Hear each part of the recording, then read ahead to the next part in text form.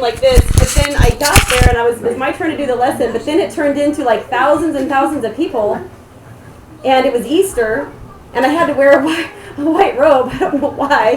And I was in this theater type setting, and there was a wall that I couldn't see over, but I was supposed to talk, and then I lost my notes, and all of this was going on, and then I forgot my lesson, and I forgot the parable I was teaching on, and it was Easter, and then all of a sudden a dog landed on my chest, which was the only true part of the thing, because my dog woke me up. She's never done that. She's on my chest. I must have been panicking in my sleep. Everything went wrong with that sermon, so I was really glad that she woke me up this time. But woo! I don't know. I must be thinking a lot about Easter. I don't know. Oh my gosh. Well, I'm going to start here with it's an interesting fact that will help start our lesson for us. This is, you guys can hand it around. It's not a very complicated picture, but I learned this interesting fact, which is one of these ones I'm like, I can't believe I never heard of this thing. But, so this, I don't know if you can see it, this is basically two pieces of wood that are bound together with a cord, like a book, and the middle part here are sheets of wax. And it's called a diptych, D-I-P, dip, and then tick, T-Y-C-H, diptych. And they said, so starting in like the 8th century BC, so like 700 years before Christ, all the way up to a little bit in the 1800s, people used this as the original tablet. I mean, they would carry this around, and they'd have this wooden stylus, and they'd write notes on it. And they'd take records, and apparently it was kind of hard to write on. And you could take it, but when you were done and you wanted to erase it, you could heat the wax up to 122 degrees, and then you'd rub it down with this little stylus. And anyway, it was really a portable tablet, which is fascinating. And they used this, obviously, in Jesus' day, so I'm like, I can't believe I never knew that. So that's quite interesting. That's what that is. And the only connection this has with our lesson, which is almost... Yeah, go ahead. Which is nothing, it has really no bearing, except this commentator that I'm reading, Bruce Walk, he has a command of the English language like I've never seen. And he writes stuff, and so he's like, our lesson is a diptych. And I'm like, all right, Bruce.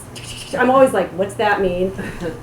And the reason he said it is because it's like a diptych. So diptychs, and you can imagine these diptychs got very elaborate in the Middle Ages and stuff. But he's like, basically it's two sides of something, two opposite sides. So in Proverbs, we've been talking about woman wisdom. She's one side. And then we've been talking about the forbidden woman. She's the other side. So he's like, it's a diptych. And this part of Proverbs, we have these two women set up apart, kind of on the opposite sides of each other. And we're kind of staring at these two women. So that's kind of the intro into the lesson today, which I thought was kind of a cool thing. The question is, of course, with these two women, woman wisdom and the wicked woman, the question, of course, for us is who will we choose to follow? And remember that the Proverbs, it's kind of set up literally as a father talking to a young son, someone who's coming into young adulthood. That time of life where, if you have kids that have reached that age, it's a scary time because their decisions become all important. We've known many, some of us and many people who've made mistakes when we were young that some of them you live with the rest of your life. So this is a big deal. So that's kind of how Proverbs is set up, although it does speak to all of us as well. The question is, who will we choose to follow, woman wisdom or the wicked woman? And it is a choice. That's a choice we'll kind of talk about a little bit today. All of our lives we make choices as to which path to follow. And as Christians, I feel like we have to be even more intentional than most as to what will our life look like and what will we choose to do. Are we going to choose the straight path? Straight is, if you think of something that's straight, it's a good thing. It's like like if you get a board to make a table, like Rob made this beautiful furniture, which I'm completely jealous of. He wants the straight board, right? He doesn't want a board that's warped. So straight is a good thing always in Scripture. So it's a straight path. It's right, it's just, it's fair, loving, authentic, it's selfless, truthful, and finally I put illuminated. It's the path of light. This is woman wisdom. She shines on the path of light for us. The crooked path stands for that which is deceitful, perverse, manipulative, unloving, arrogant, self-serving, and shadowy. It's the path that leads to darkness. So both the wise woman and the wicked woman are calling us and beckoning to us to come. And one thing I like, a lot of this stuff is from Walt Key. He says, this is really powerful to me. Both women are making an appeal to the uncommitted. We think about a lot of our young people, and I'm not just talking about young people today, but I've thought a lot about young people as I've done this simply because that's who the Father's addressing, but it could be anybody. But there's a lot of uncommitted youth, a lot of young people and adults too in our day. And both of these women are beckoning them, follow me, okay? Appeal to the uncommitted to come and love them. Come love me, come love me. I mean, you can just think about that, what the wise woman is saying and what the wicked woman is saying. Come love me.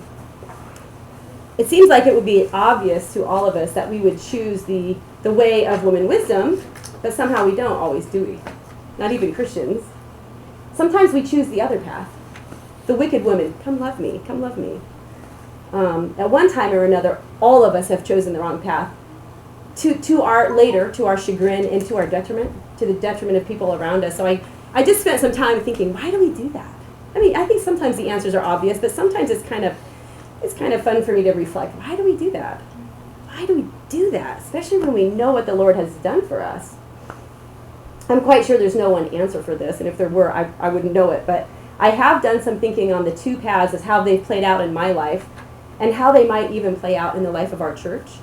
Because I keep feeling like we're on the brink of something. We have this building that we all felt like, I think, that the Lord has given us, not this building, although he's given us this building too, thanks to Sullivan's, but keep thinking we all voted. It was a 100% vote. That doesn't happen unless the Lord is in it, that we're going to do this thing, and it's this huge facility, and anyway, it's just an amazing blessing. It's kind of a scary, amazing blessing, because, I feel like at this point we really have to rely on God as to what's next, but that's good. But anyway, think about how the two paths have played out in my life.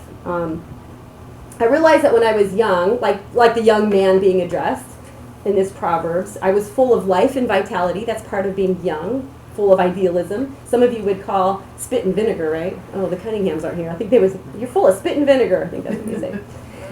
It's something else. It's something else. Oh, it's not spit? No. Oh, okay. Anyway, let's forget that. Okay.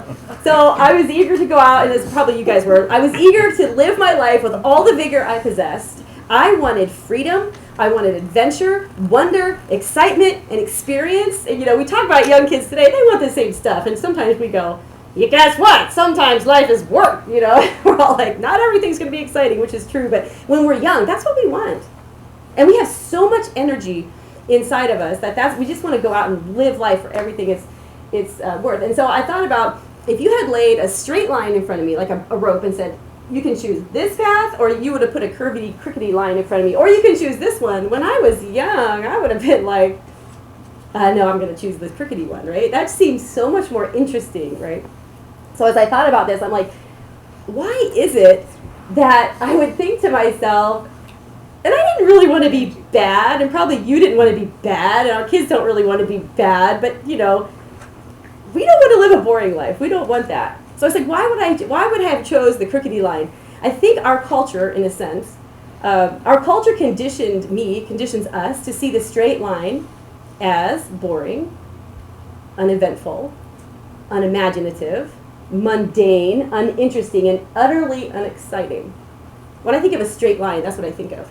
I don't think of it's just, it's right, it's loving. I don't think of that. I go, it's boring, it's mundane, unimaginative. The crooked line to me would have looked a little more daring, a little more mysterious, exciting, fulfilling, challenging, and rewarding. That is the path, as I was like in high school, for example, that's the path the sophisticated, interesting people take in the world, right? I thought the most boring people were like this, take the straight path. So I believe our culture, and probably it's human nature, but our culture in particular not only excuses the crooked path, but we often glorify it.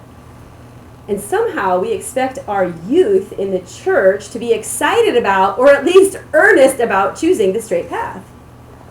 That seems on the surface to them to be best. I mean, as adults, we know it's best, but if you guys remember being a kid, it doesn't always look like the best. So how are we to think about this in the church? How do we handle that? So before we get into that, we're going to read Proverbs 8 today, and we're only going to read 1 through 22, and we're going to piece it out a little bit, and then we'll get back to our question. Before we do, I wanted to read something. We kind of skipped Proverbs 7 because it kind of was a repeat, but there is one interesting thing in here.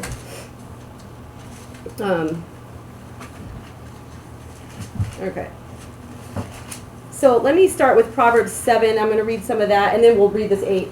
We'll read through 7 because, so again, we're looking at the diptych. We're looking at two different sides, and here is the side of the wicked woman. He says, this is 7. My son, keep my words and treasure up my commandments with you. Keep my commandments and live. And I wanted to read it because of this. Keep my commandments and live. Keep my teaching as the apple of your eye. So, I mean, you guys probably know this, but that's where the apple of the eye comes from. The apple of the eye refers to the pupil. It's the most sensitive part, it's a very sensitive part of the body, and you protect it with everything you have. You protect it because it's sensitive. So you keep my teaching like you would, protect your eyes. That's where that comes from. Bind them on your fingers, write them on the tablet of your heart. Say to wisdom, you are my sister, and call insight your intimate friend, to keep you from, here it is, the forbidden woman, from the adulteress with her smooth words. For at the window of my house, I looked out through my lattice. I have seen among the simple, I have perceived among the youths a young man lacking sense, passing along the street near her corner, taking the road to her house in the twilight, in the evening, at the time of night and darkness.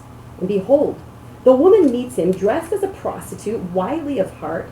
She is loud and wayward. Her feet do not stay home, now in the street, now in the market. At every corner she lies in wait. She seizes him and kisses him, and with a bold face she says to him, I had to offer sacrifices, and today I have paid my vows. So now I have come to meet you, to seek you eagerly, and I have found you. I have spread my couch with coverings, colored linens from Egyptian linen. I have perfumed my bed with myrrh, aloes, and cinnamon. Come, let us take our fill of love till morning. Let us delight ourselves with love, for my husband is not home. He has gone on a long journey. He took a bag of money with him at full moon. At full moon he will come home. With much seductive speech, she persuades him with her smooth talk, and she compels him. All at once, he follows her as an ox goes to the slaughter, or as a stag is caught fast till an arrow pierces its liver, as a bird rushes into a snare. He does not know that it will cost him his life. And now, O sons, listen to me, and be attentive to the words of my mouth. Let not your heart turn aside to her ways. Do not stray into her paths. For many a victim she has laid low, and all her slain are a mighty throng. Her house is the way of Sheol, going down to the chambers of death. And now we start today's 8. Does not wisdom call?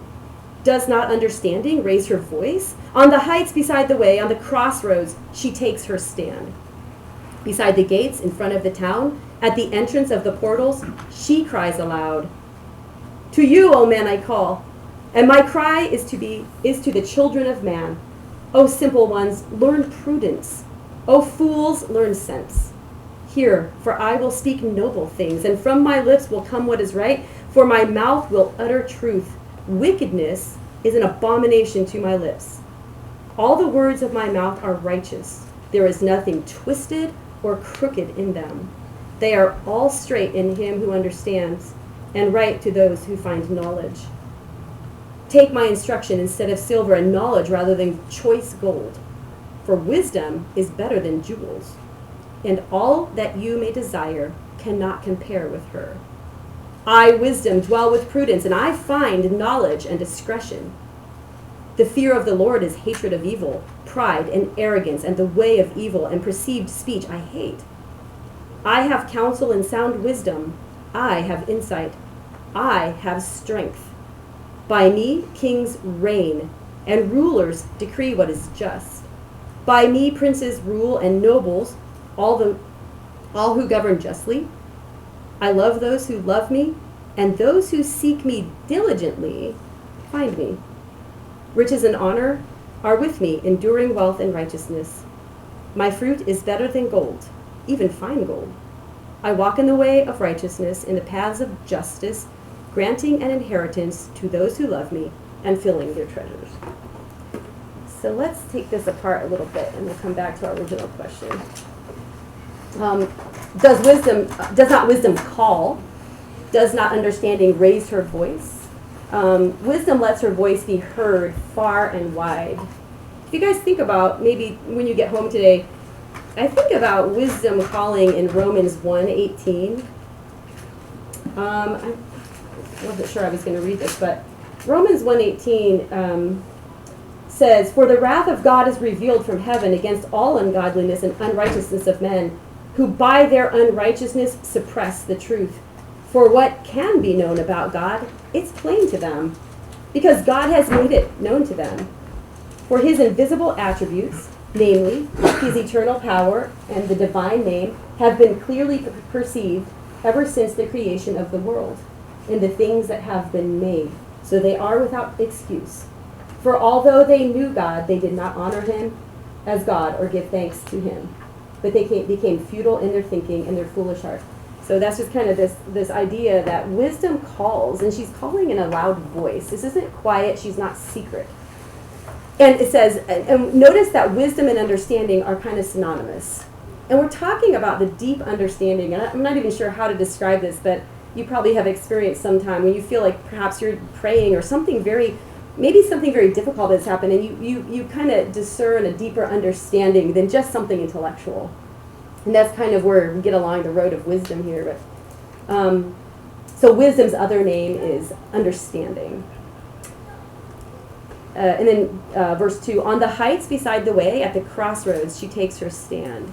So probably the heights is referring to the city walls. So she's up high. She doesn't skulk or hide like the forbidden woman. The forbidden woman is in the shadowy places in the streets, kind of slinking about. But wisdom cries out loud. Wisdom has no need to hide.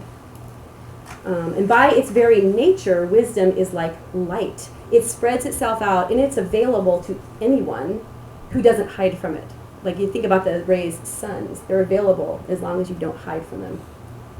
And she stands at the crossroads, of course. These are the places where the big decisions are being made, the really important decisions of life. And she takes her stand. Wisdom accepts no rivals, no counterfeits, and she will be victorious in the end. Verse 3.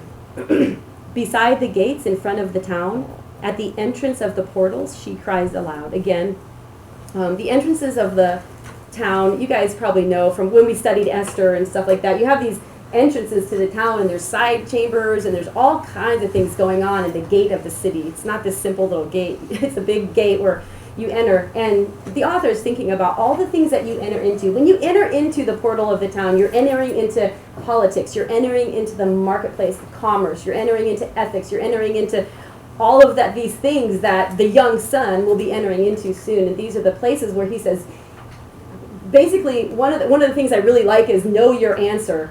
I know a girl, her mom would say that to her, and she got it tattooed right here. Know your answer before you go in, because it is daunting what is there to seduce you.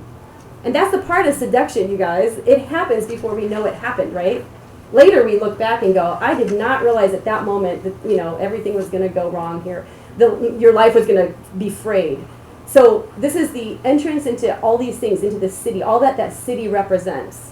Know your answer before you enter in, because there's seduction waiting for you. All right. To you, verse 4, "To you, O men, I call, and my cry is to the children of man." So you can see this emphatic emphasis, "Oh man." When we see this, "Oh man," this is emphasis, emphatic. I'm calling to you.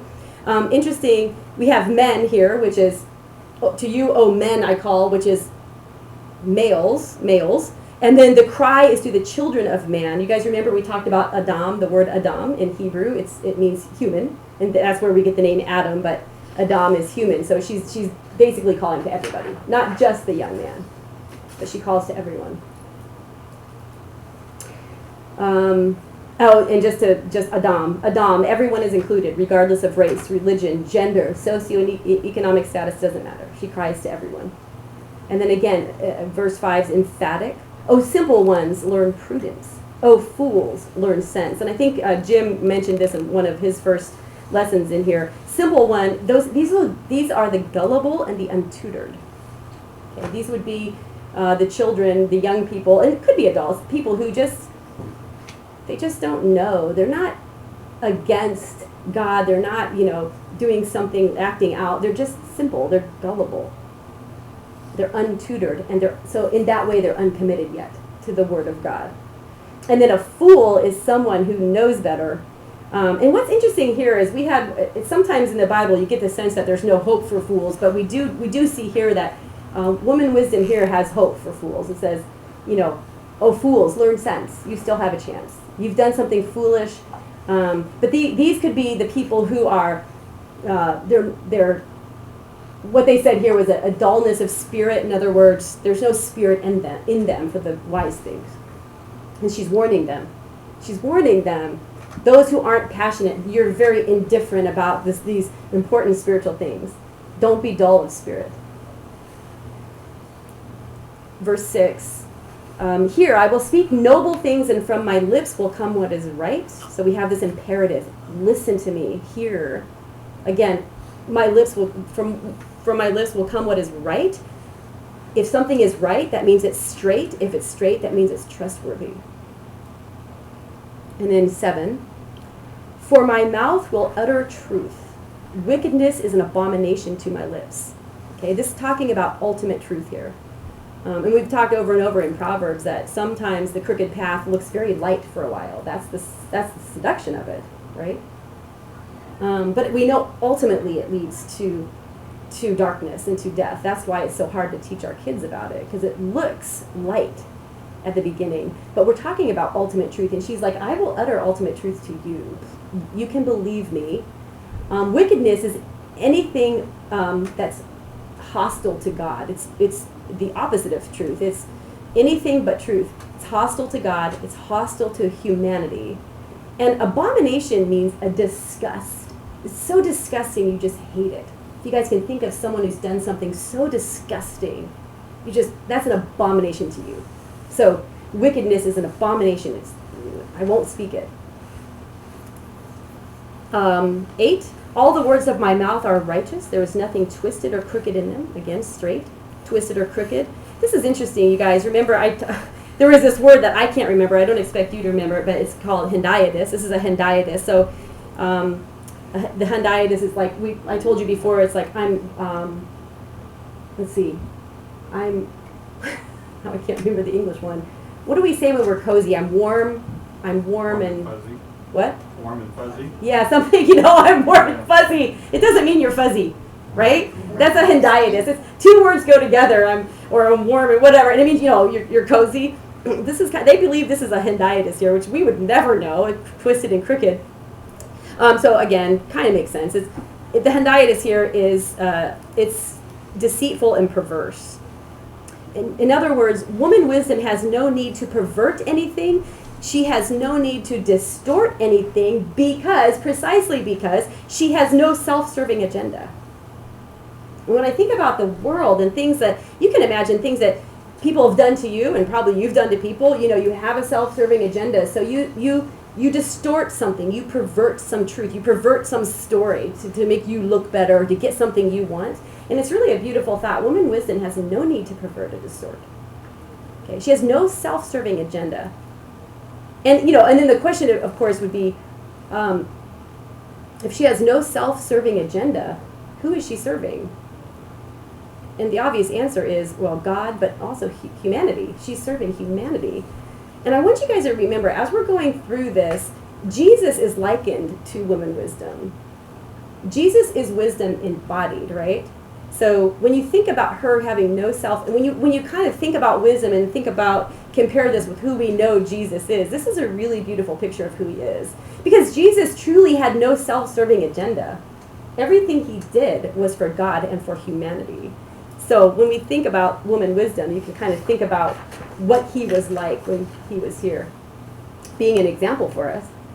Verse 9, they are all straight to him who understands, and right to those who find knowledge. So the ability to understand, the ability for us to understand this, deeply understand the way the world works, our worldview, we deeply understand it. It's inescapably connected to wisdom. And it's relative to each of us. And then one of the quotes in the book said, wisdom, knowledge, and our understanding operates only inside our own spiritual commitment. That is really powerful, you guys, especially to you, because you guys are mature Christians. I mean, think about this. Wisdom comes from God. It's relative to each of us, and it only operates inside our own spiritual commitment. That has to make me stand up and take notice. What is my spiritual commitment? Because I want to be wise. I know you guys want to be wise, but it's connected to our spiritual commitment. So that's just something to chew on for a long time. Like, that'll give us something to think about. And then 10, take my instruction instead of silver, for knowledge rather than, I forgot to tell you. At the beginning, I was going to say, I have a nerd note here, just for all of you who are total academic nerds, and the rest of you don't even have to listen to this. It's just, I think it's really interesting, and it might be disturbing to some. But anyway, here it goes. Take my instruction instead of silver, and knowledge rather than choice gold. Here's the part, I'm going to read 11 with it. For wisdom is better than jewels, and all that you may desire cannot compare to her. Okay, here's the nerd note. So for those of you, does anyone know what a gloss is? A gloss in Scripture? It's an extra. Yeah, gloss means an insertion. So I know, this is disturbing, the Word of God, right? The commentators think this is a gloss. That means this was inserted at some point. Now remember, we don't have any of the original manuscripts, right? The autographa. We don't have any of the originals. We believe this is close enough to be our rule for faith and for life, living life and wisdom. But we don't have any of the actual original manuscripts the Bible was written from. And so sometimes you get like, I think this might be an insertion here. So this one is super interesting to me because if you guys are really, really good English people, you might have caught it. I didn't catch it, but so listen, Wisdom Woman is speaking. When we speak about ourselves, we call that speaking in the first person. But look at verse 11. If they think it's a gloss, listen to what it says. For wisdom is better than jewels, and all that you may desire cannot compare with. Isn't that strange? He switches to the third person. But everything else is in the first person. They're like, that doesn't seem right. And do you guys remember back, I think it was 3, when I taught 3, this exact verse was in there. This same verse. Both of these were in there together. And so, I don't know, at some point they thought, I think there's something missing here, and they might have inserted this in there. I mean, and it doesn't matter at all for the meaning of the text because it's still true, but it's just really an interesting little nerd note that this might be a gloss because it doesn't make sense that the author would have all of a sudden spoken in third person here. Anyway, okay. Moving on. Take my instruction instead of silver. And so basically this is you have listened to me, my son. You have listened to me, and now take it. This is the act of now we're moving forward. Now you need to do something about what I've told you. Take the wisdom I've given you and use it wisely. Choose or act wisely. Silver and gold. Just the interesting note here. And you guys, we know this, but it never hurts to listen to it again.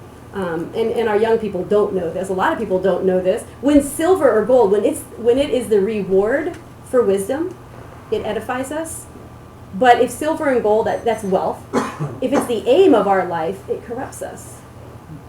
So silver and gold, if wealth is the aim of your life, it corrupts you. But if it's a reward for wisdom, it edifies you, but not only you, all the people around you. Because God knows that righteous people who follow woman wisdom, they use their wealth for good.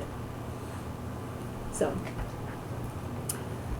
okay, 12. I, wisdom, dwell with prudence, and I find knowledge and discretion. Oh, here's my hendiadys, nice and warm. That's what I was thinking, but fuzzy works too. This is another hendiadys.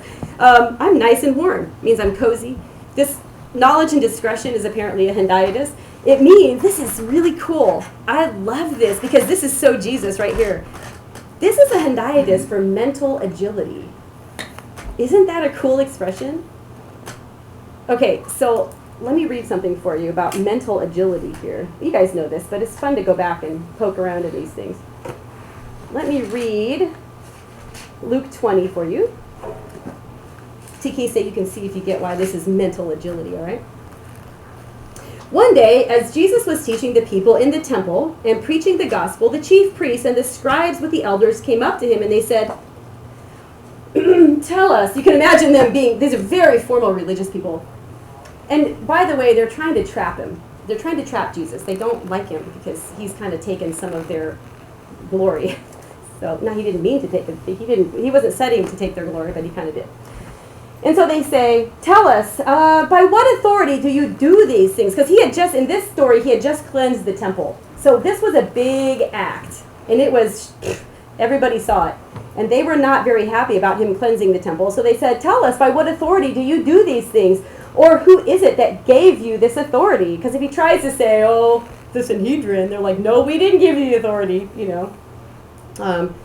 And if he tries to say God, you know, people might not like that either. There might be a riot or something. So, you know, they're going to try to trap Jesus in his answer. And this is mental agility. Tell us, by what authority do you do these things? Who is it that gave you this authority? And Jesus answered, I will also ask you a question. Now, tell me, was the baptism of John from heaven or from man? They discussed it with one another, saying, well, if we say the baptism of John was from heaven, then he'll say, then why did you not believe him? But if we say the baptism of John was from man, then all the people will stone us to death, for they're convinced John was a prophet. So their answer to Jesus was, we don't know. And so Jesus says, well, neither will I tell you by whose authority I do these things. I mean, and they all walked away. That's mental agility. That's, at least in my mind, that's what I picked as mental agility. I mean, Jesus was, they call it adroitness too. We don't use that word very often, but adroit. He was adroit. He had mental agility. And I'm thinking the thing is, if we have mental agility, like for me, I'd have to be a lot more calm, a lot more like think before you speak, you know, a lot more wise. So I like that mental agility. So, but wisdom says, that dwells with me, mental agility. The fear of the Lord is hatred of evil, pride and arrogance, and the way of evil and perverted speech I hate. Okay. This is a proud disposition. She speaks of evil behavior, and then we have not only the evil behavior, but then you have this speech that covers up the evil behavior. So this is when you do something wrong and then you cover it up, and then it just gets worse, snowballs. This is what she's speaking against. She speaks against pride and arrogance because evil is based on these fundamental vices that we refuse to submit to God's authority. Our fundamental vice as humanity is that we pervert the order of God first and us second. We refuse to submit to God's authority. Arrogance destroys relationships with the Lord and also with each other. God, and he writes here, the commentator, God does not answer the prayer of the self-confident person who thinks they control their own destiny. He answers the prayers when we really don't know, or we really are willing to take whatever path he gives us. So when you think about prayer, it's not so much you asking for whatever it is you want, it's you asking God to show you, and then to be quiet enough to listen for a while. Sometimes you got to listen for a long time. Okay. 14, I have counsel and sound wisdom. I have insight and I have strength. So wisdom is communicable. She counsels with it. Strength is the strength to carry out the wisdom. By me, kings reign, rulers decree what is just. By me, princes rule and nobles who govern justly. And again, this is just wisdom. Wisdom's attributes enables her to sway nations. So my question to you is, could it also sway our church, our little church? Well, of course. And we have this amazing thing in our hands right now, this little church that God has blessed, and you guys are amazing people. This is like an amazing experience for me, because I feel like this is as close as I've gotten to how church should be, and wisdom can counsel us. And again, this is a picture, you guys, and I want to keep this in mind with the church too, because we all tend to, especially when things get scary or we get pressure on us, we want to, and I did this a lot in my life, so I know, when something happens, you're like, okay, we're going to make a rule for this. Like, I used to do small groups, right? And something bad would happen in one of my small groups. Okay, now we have a new rule. And then something else would happen. Now we have a new rule. And pretty soon, you got this thing this big. And we all know you can't write a rule for every single thing that's going to happen, because we're humans. Lots of things happen. So this is a picture. Woman wisdom is so beautiful because it's a picture of a wise person ruling and not a static code. That's precisely who Jesus is. Jesus is the picture to us of a wise person, not a static code, right? That's what I love about Christianity. And a lot of people don't really realize that. They're like, oh, it's do this, don't. And we fall into that. We do. We're human. We fall into that. But, man, Jesus is a person, not a static code of laws. And that static code will get you in trouble. Oof, that's burdensome. 17, I love those who love me, and those who seek me diligently will find me. And I think this is a very sweet reciprocity. You love me, I love you. You seek me, you'll find me. I'll give back to you. Okay? This is the assimilation of wisdom into our character. Wisdom demands a changed human nature.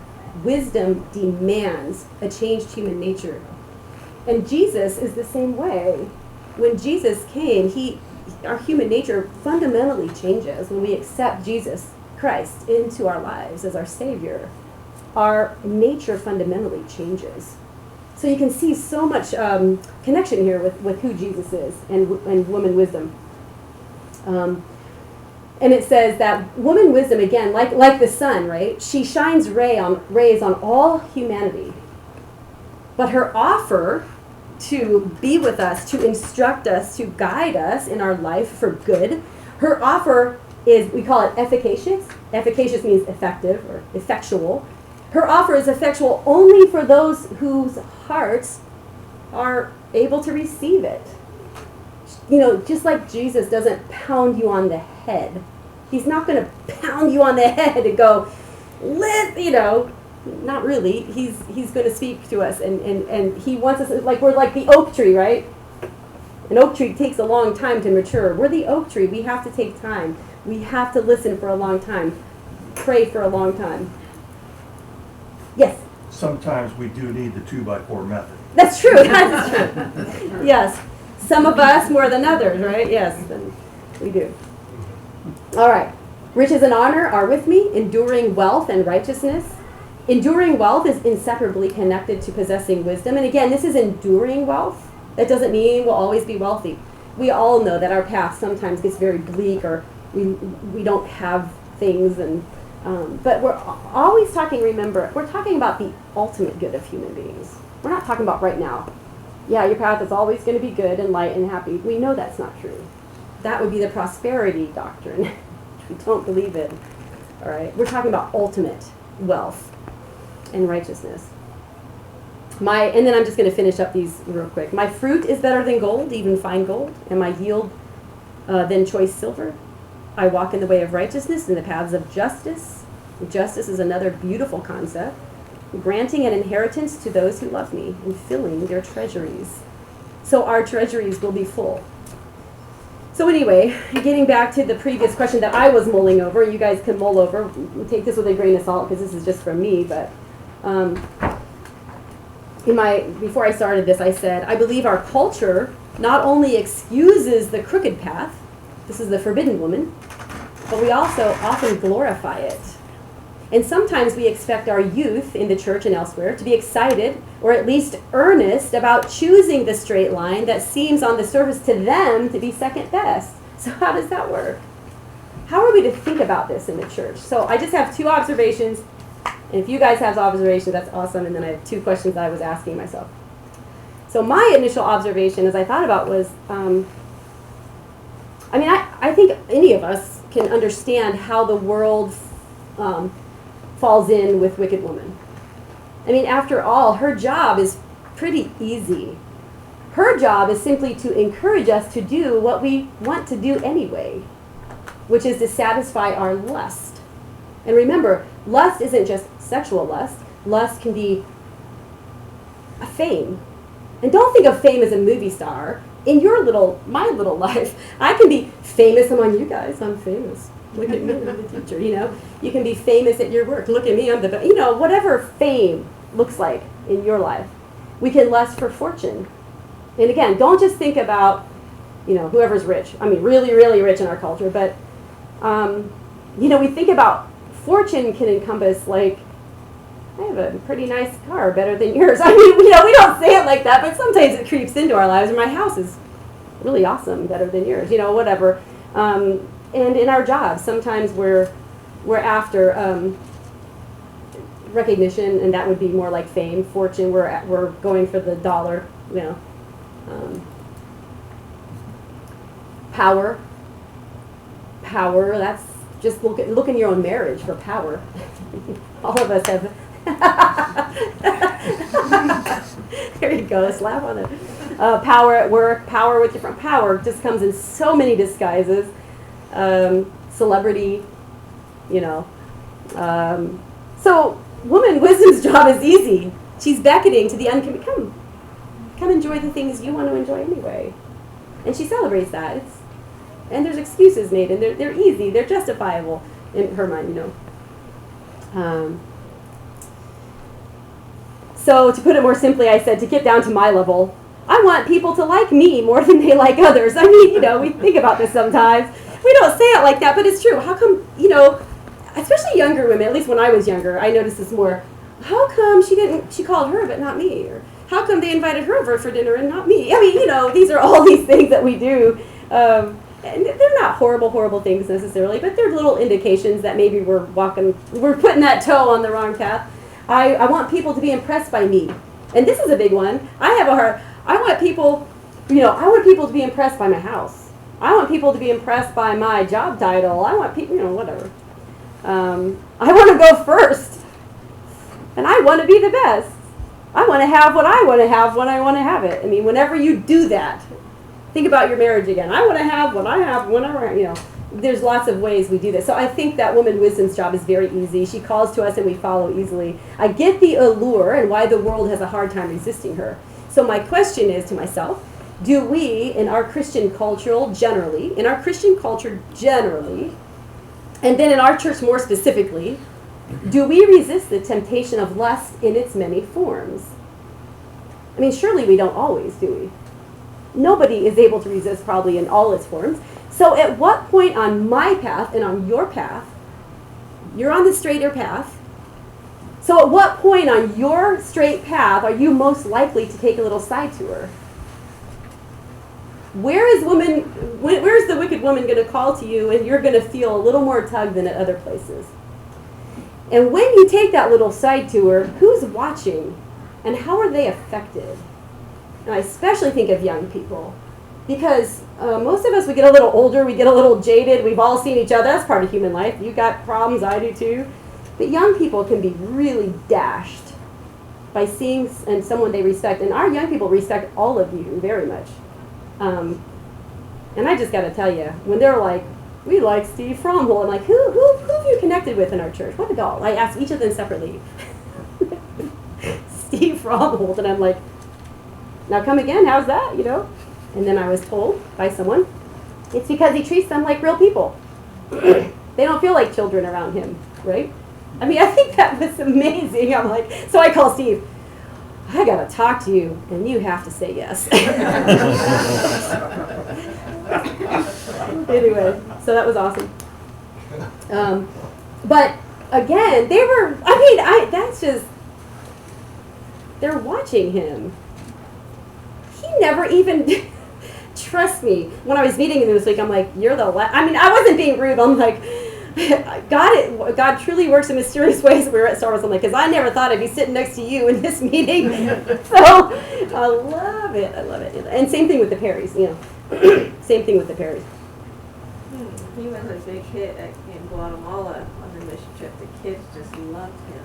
It was like Yeah. Mount Esteban. They all wanted to go. Mount Esteban, it means Mount Stephen, They yeah. all Yeah. wanted to climb up him. And Yeah. be as tall as him. He has got such a unique nature. Yeah, I just love it. I just love it. So the fact that they're out there today, you guys just pray for them. And they have big, big hearts. And for the next few weeks, they're not going to be here. They're going to be with the kids. But they want to be here too, which is nice. So we're going to kind of do a rotation of teaching and stuff. We're still figuring it all out. But I feel like God's hand is really on this. So I'm very thankful for that. All right. So question number 1. In our church specifically, do we resist the temptation of lust in its many forms? And we need to be intentional about it. That's just all over the place in Scripture. Know your answer before you enter into the gates. So, know your answer. If I am asked this, what will I say? If someone says this to me at work, what will I do? Know your answer before you enter in. And observation number 2. If we take another look at woman wisdom and what she's trying to do, I think we might agree that she has a tougher go of it. After all, she's defending that straight line. The straight line that I submit, because I used to do it, the straight line that I submit the world mocks. Because it's reportedly, boring, uneventful, mundane, it's unimaginative, uninteresting, and utterly unexciting. That's what our world says, right? It's not what we would say as Christians. And then I thought, or is it? We think about more than what we say is what we do with our lives and how we act. My question to us is the straight line that we're walking, supposedly, hopefully, and we're telling our kids, our youth, walk this line with me. By what we do, are we showing that that line is boring, uneventful, mundane, unimaginative, uninteresting, and utterly unexciting? And if that's what we're showing with our actions, why would they want to follow it? It's easy now for me to look back and see my mistakes as a parent and how I acted. You know, it's easy now. It's a lot harder when you're in the middle of it. But anyway, that's what I was thinking about. And then I thought to myself, so have you checked your Christian life lately, Jody? Have you checked your life? I'm like, oh man, I wonder what the kids are seeing in me. I don't know. I'm guessing that most of you guys, all of us here, we're determined and we're intentional to walking that straight line. And if asked, each of us would want to be an example to our youth. I believe that wholeheartedly about every single one of you. So I have to ask, what's that look like in your life and my life? Is your walk, your Christian walk now, is your Christian walk the opposite of boring? Is it the opposite of uneventful? Is it the opposite of unimaginative, mundane, uninteresting, and exciting? So, of course, if we flip that around, is your Christian walk interesting, eventful? And I'm not talking all the time, but would kids see a spike of something, is it imaginative? Meaning, you know, do we just do the same old thing all the time, or do we think creatively about how we're going to do things? And sometimes your Christian life might even be exciting. That would be something cool for our youth to see. So how does your Christian life, what do others see in you? My contention is that our youth right now, they're struggling to resist the forbidden woman. They're struggling to resist the forbidden path. We may have to take a closer look at ourselves and quit pointing always to the world. We might be the problem. As a parent, I was probably the biggest problem for my kids, the things that they struggle with. I mean, I don't know, but it's possible. If our youth saw in our world, if the youth in our world saw my life as a Christian, would they want what I have? Is it compelling to them? Does it beckon them? Does my life beckon them? Come, love me. Like the woman wisdom, love me. Because, you know, our children are in some ways still uncommitted. I mean, my children were very, very committed until they went to college. Then we saw what their commitment looked like. And so in some ways, I think we can kind of treat that as, we've got to treat them very carefully with what we do. Does anyone, who's beckoning to our kids? And in our church, who's beckoning to them? Like I would submit the Perrys and Steve. They were beckoning to our children. Follow me. And then we had this super cool idea. Yeah. So anyway, they all wanted to go camping They so wanted to go camping, and they even want to hunt for their own food. I know. Fishing. Too many survivors. That's where I go. Okay, Rob and Mike, you guys go at it, because that's awesome. So then we got talking the other day, and we're like, okay, so this is being imaginative. We're trying to be creative. And I said, okay, so relating to them is super important. And they want to do deeper scriptures, super important, but we want to get them outside of Sunday. So we talked about taking them camping. And now I said to Steve, because I know Steve Fromhold loves his knots. He's a firefighter, right? I guess you learn lots of knots. And so I said, hey, Steve, do you think you need to learn knots to go camping? He goes, of course you do. And I'm like, yeah, that's what I'm thinking. So he has this idea that, I don't know if he has it with him today, he's going to bring them all a rope. And it's going to be their permanent rope. And every week they're going to learn a knot, so that when they go camping, but that's cool, right? That's imaginative. That gets these kids like, yeah, and he's going to teach them out what they're, I don't know. It's awesome, right? So that's just being creative and imaginative. And these kids, I got to tell you, I spoke with them one-on-one, and then we all got together, I think it was the week before last, upstairs, and I said, do you guys want your own room? Yeah, yes, we want our own room. What do you want in the room? And a TV, but it has to be a flat screen, And every single one of them said beanbag chairs. Yes, beanbag chairs are the thing. And then they want a fluffy rug, and then it has to be pink. So anyway, okay, so we'll see. And the color blue that's in the closet upstairs. Yes. So anyway, I just love it because it's compelling to them. It's compelling to them, and that honors God when our Christian lives are compelling to someone else. And then simply, before I end, as we think about our lives being compelling and wanting to follow woman wisdom, when our often, maybe not often, but from time to time, our lives aren't compelling. We don't feel very excited about our Christian walk, or that happens. And so the question to myself was why. I think it's somewhat obvious. Sometimes it's a lack of time and energy. And when we if this goes on for a very long time, this might indicate a need for a shift in our priorities. Because how important is the Christian walk? How important is that to others? A big one for me, I read this once, and this has been very true for me, a lack of goals that are compelling. So when I get bored a little bit, I tell myself, well, you must be lacking some good goals then.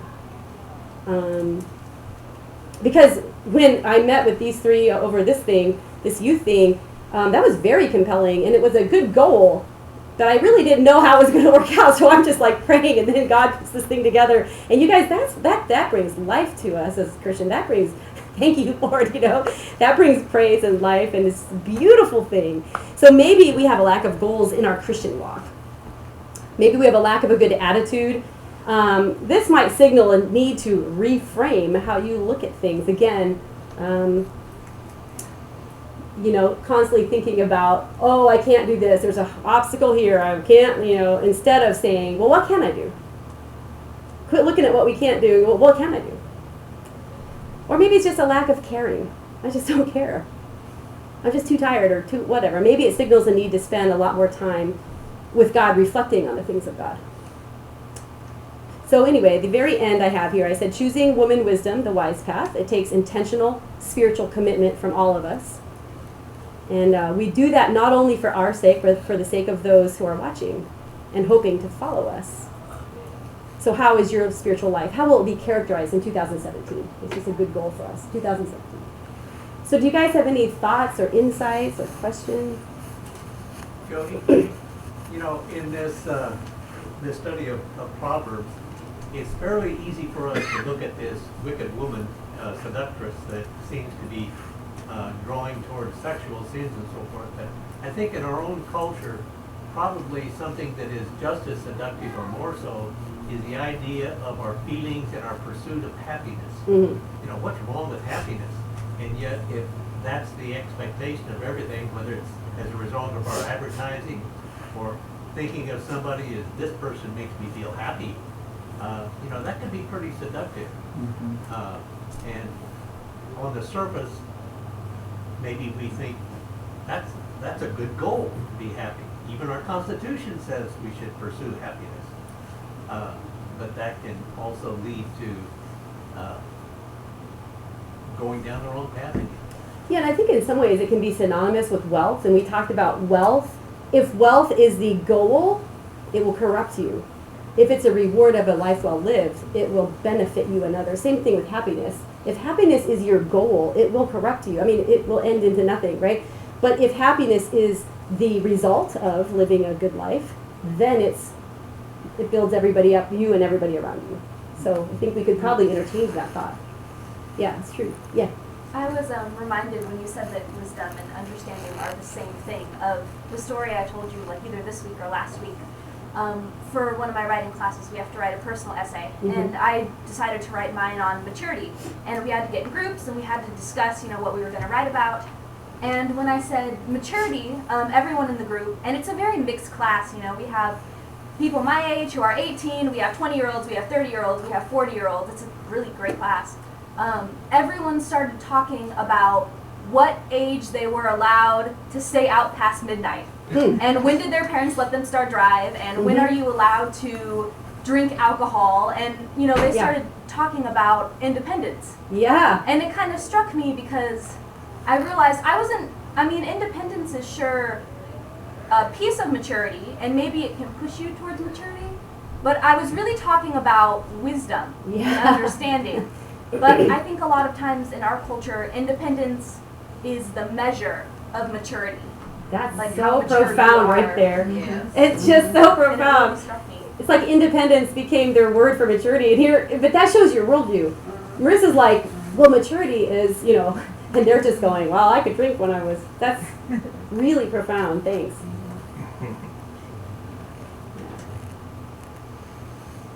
Anybody else? One of the things that's kind of hard, I think, is being, what do you do in life when you're not satisfied? Mm-hmm. Happiness is for sure, that's a big deal, but there's another thing, it's like you're just not satisfied with whatever it is, how life is going, It's a terrible And place to be. I think what's interesting though is, so a lot of times when I'm talking to people, the big part of what I talk to them about is, if you look at the different spheres of your life and what's going on, how is it possible that you would be achieving any kind of satisfaction, and how is it possible you can be getting to any level of happiness? Because it's like you're going in the different spheres of life. A lot of times, many times when I talk to people, what's happening is because they're not satisfied, they're moving, but the direction they're moving is the wrong way. Mm-hmm. Like I have more excitement, and so they, when you were talking about the crooked path and the straight path, so the crooked path looks exciting, and they move that way, and they start blowing stuff up. It's like not only are they moving the wrong way, but they're burning bridges as they go to make it hard to get back, And so it's really difficult to embrace the idea that for me to achieve greater satisfaction or a reasonable amount of contentment, I gotta go back towards stuff that doesn't maybe feel exciting. Yeah. At the outset. Yeah. Maybe all of life is not going down class 5 rapids Yeah. with me staying alive. Maybe sometimes if you do something like that, you're gonna die. It's So woman wisdom has a much different go. That's what I was thinking about. She has a harder go because it's like she's got to convince us that going that way is going to be better, when this way seems more fun. That's a good point. Yeah. I would just say that to me, happiness is external. Mhm. That's you're seeking a thrill ride or going down the rapids or a party where people are telling jokes. That's happy. That's happiness. Joy is inward. Joy is what God gives you. And they can express themselves in similar ways. People might see as you express your joy or your happiness, it can look similar, but the root of it is completely different. And I'm thinking, like, when I was raising my kids, I might not have, I knew the difference. I'm sure I talked to them, but I think it's really important to find when they have moments of joy that are distinguished from happiness and talk about that when it's happening. Because I think for our young people, because here's the problem with it.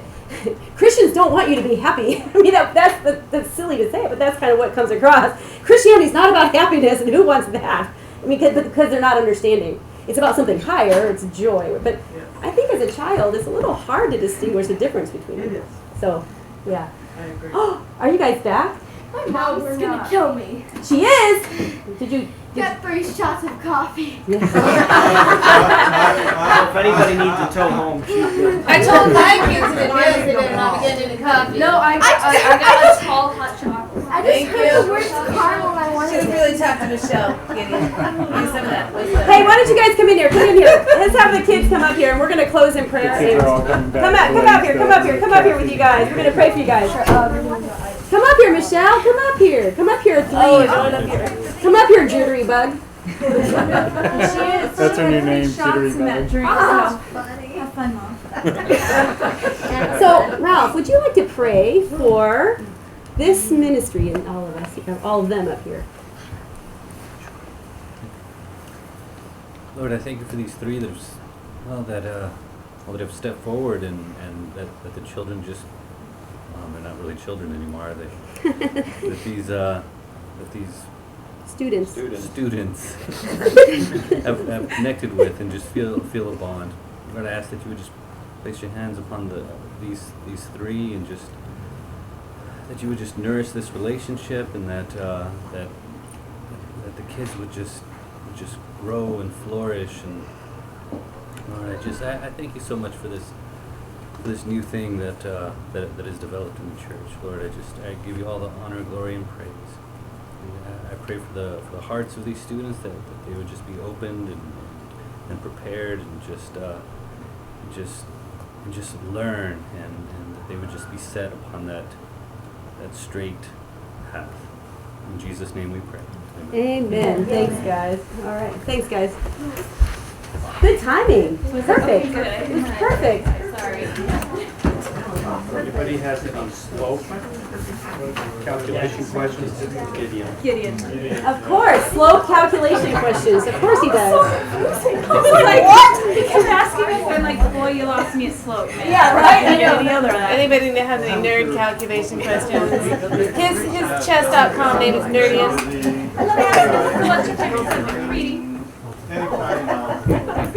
Like, Gideon. Math would be, except it's hard. Here's this. You want to see it.